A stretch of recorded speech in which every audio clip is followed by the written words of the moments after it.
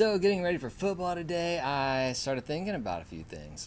One, there's some really interesting connections between the NFL and country music. The current queen of the NFL, Carrie Underwood, has had a lot of memorable NFL moments. Sorry, there's an airplane above me. Go home, we're in a pandemic still. But redoing her hit Something Bad was one of my faves.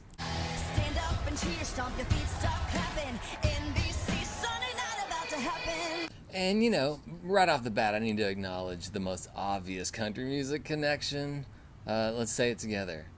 Pentatonics. You know what I'm talking about. A little bit louder now. You know what I'm talking about. Feelings is going through now. Where in the hell did this one come from? Some friends owed somebody on that one, I think. I don't know. In 2004, Tim McGraw tightened his football connection when he starred in the football classic Friday Night Lights. My God, I loved him in that. Go home. And then I think he bought in on some sort of way in arena football in Nashville. So luckily for us, Sam Hunt was turned down by the Kansas City Chiefs after playing football in Murfreesboro and Birmingham. Thank God. Willie Nelson thought he might play pro football at one point, but then he looked in the mirror.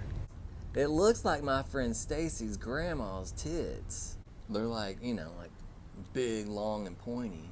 I think sometimes NFL players get hit in the head so hard they think they sound good singing. Sometimes it's controversial, sometimes it's pretty good, but sometimes it's just, you know, a publicist needs to be fired over it.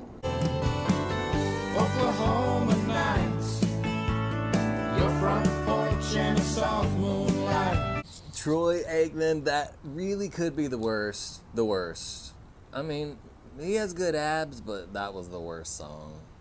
I remember when all this went down in the 90s, but what I did not remember was the duet with Waylon Jennings. Rock you ever found looking back TEXAS.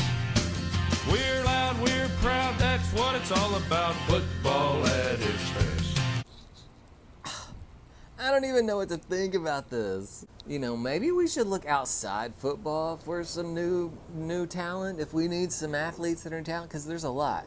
You know, like Indy driver James Hindclif, or hockey man Evander, or batter boy Dallas. I don't know his last name. Keuchel. I don't know.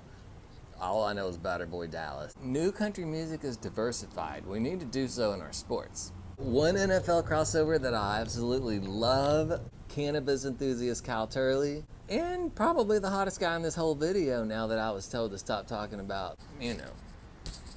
Already made a deal with my maker and the good stuff keeps me high. That is some good shit. I feel like Ronnie Millsap. So back in 1976, Terry Bradshaw cracked the top 20 with Hank Williams Sr.'s I'm So Lonesome I Could Cry. Hear that lonesome whippoorwill.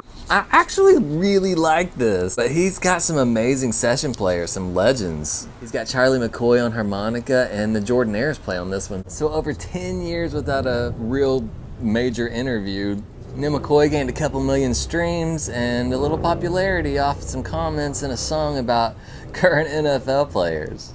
How grateful we should be that we live in this country. But his point is deflected right off Release With Me for standing next to Vegas' own crazy man, Wayne Newton.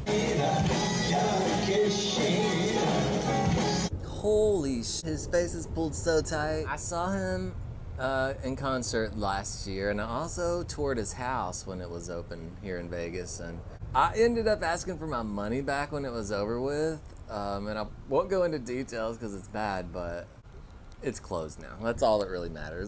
I think of him like I do Jerry Lee Lewis. Like, I appreciate the art, but I still think of you as a racist, sexist, homophobic asshole, you know? So football and country music, sometimes it works, sometimes it don't. Either way, I love them both. I really love when people hit subscribe on my channel. Y'all have a good one. I'll see you next week.